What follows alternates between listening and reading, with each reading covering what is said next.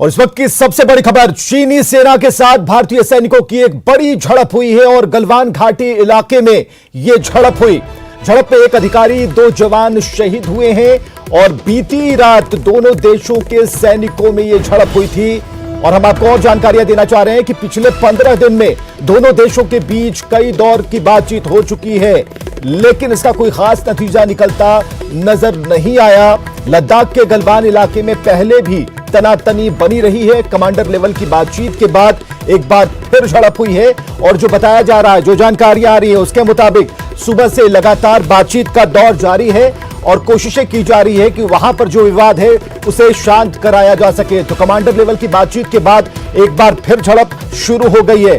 तो ये पहला मौका है जब 1975 के बाद एलएसी पर लड़ाई के दौरान भारतीय सैनिकों के शहीद होने का यह पहला मामला बन रहा है। हालांकि यह जरूर कहा जा रहा है कि चीन की तरफ भी, चीन के जो सैनिक हैं वे भी चोटिल हुए हैं, उनमें भी कईयों की जान गई है। तो ये इतनी हिंसक झड़प थी। हालांकि ये जो विवाद है अब गहराता जा रहा है। भारत ने कड़ा रुख दिखाया है। भारत ने स्पष्ट तौर पर कहा है कि इससे समझौता नहीं करेंगे।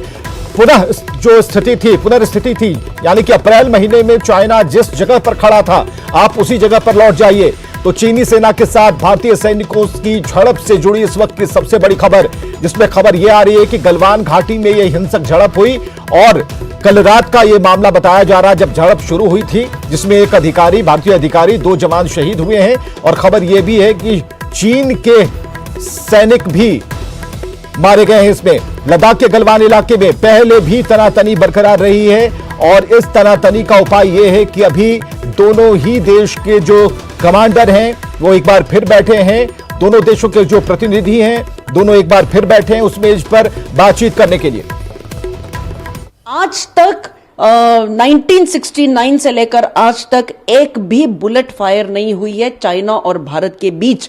ये धक्का बुक्की वाले किस्से, ये हमेशा के पीछे हटने वाले किस्से, ये हमेशा होते थे चाइना और भारत के बीच, लेकिन ये पहली बार हुआ है 1969 के बाद कि यहां पर कुछ टेंशन हुआ है, कुछ बातचीत हुई है, जिसकी वजह से दोनों तरफ के जो लोग हैं वो थोड़े से गुस्से में आ गए और यहां पर यह हरकत हुई है।